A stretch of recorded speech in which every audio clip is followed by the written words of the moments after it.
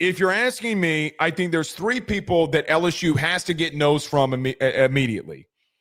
Number one, you got to talk to Dan Lanning. Now, I know I had Josh Pate on the show a couple of days ago, and we talked about that, and he said that he thought it would be really difficult to get Dan Lanning away from Oregon, and I agree with him. I got to hear him tell me no. I need to find out if I have the wherewithal and the financial backing to be able to get him in the first place, to get him out of there, even if he wanted to come here. That's number one. I think Dan Lanning has shown at Oregon some of the really, really good things he can do. You know, people forget he won the Big Ten last year, and he's still learning, and he's a damn good recruiter. And this place that produces a lot of elite talent inside of the state needs an elite recruiter. That you need an elite recruiter. That's number one. Do I think that Dan Lanning is going through some of the same things like Kirby Smart did in the early part of his head coaching tenure? Yeah. Do I feel the same thing that he's going through the same things as Ryan Day early in his tenure? Yes. Guys, both of those dudes won national titles, and I feel like he's going to win one too. Where is he going to do that at? Is he going to do that at Oregon, or is he going to do that at somewhere else?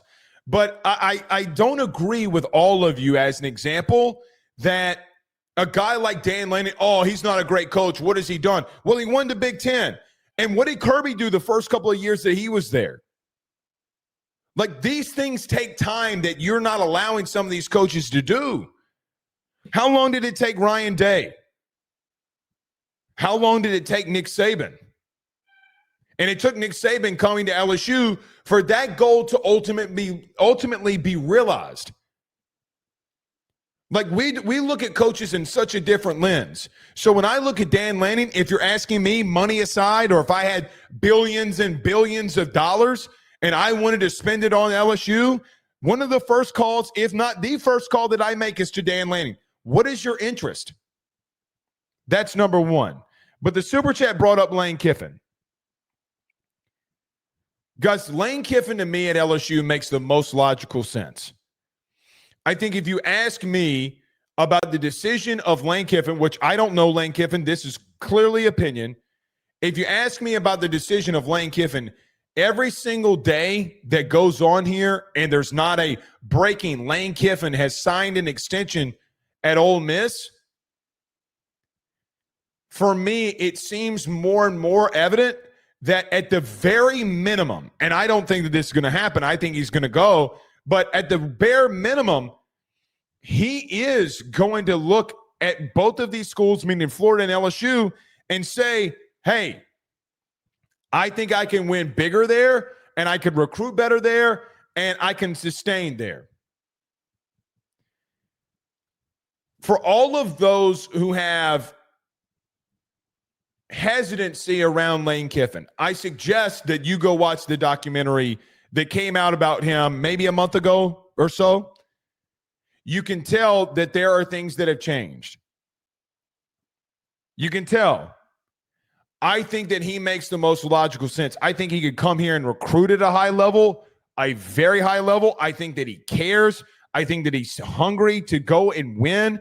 I think that he would do a really good job at LSU. You know that offensively you're going to be very good. And guys, look what he's doing with less. Look what he's doing with a D3 quarterback right now, and Winadad Chambliss. That's his nickname, Winadad Chambliss.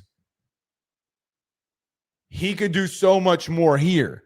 Guys, the truth of the matter is since 2020, Ole Miss has been an overall better program than you have been.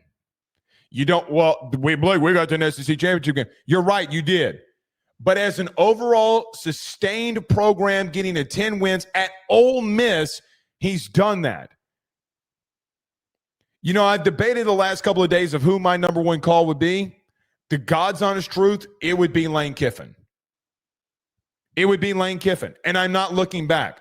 What is it going to take you to get here? And I would go find the money. Guys, if I ran LSU, if it took me going in debt to go and get him, I'm going to get him.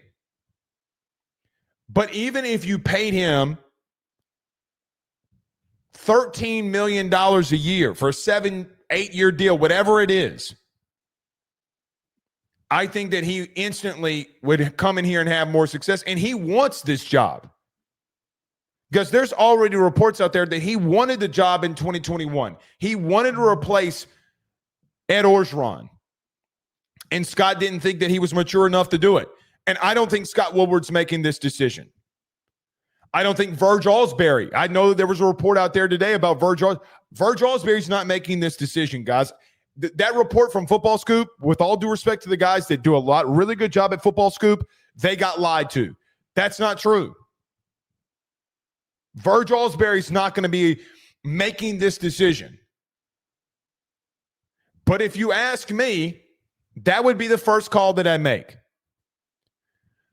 Last but not least, I would kick tires on other guys. Marcus Freeman, Jeff Brom, Kenny Dillingham, Brent Key. But the third call, and really probably the first actual call that I should make, does Nick Saban still have that itch? Why not? What is he, guys, what is he going to tell me? No? What is Nick Saban going to tell me? No? So what if he tells me no? It's 1,000% no if I don't ever ask. You never, to all the guys out there that are single, the honey that you think is a baddie is never going to go out with you if you don't ask. The baddie never goes out with you if you don't ask. She ain't going to approach you, big dog. That's not how this works. Go up there and be a man. Be a man. Like it's Mulan up in this hole. Go up and ask. Nick, 3 years, 4 years, 5 years, here's $60 million. None of you would blink an eye. So if you're asking me what I would do, those would be the first 3 moves that I'd make.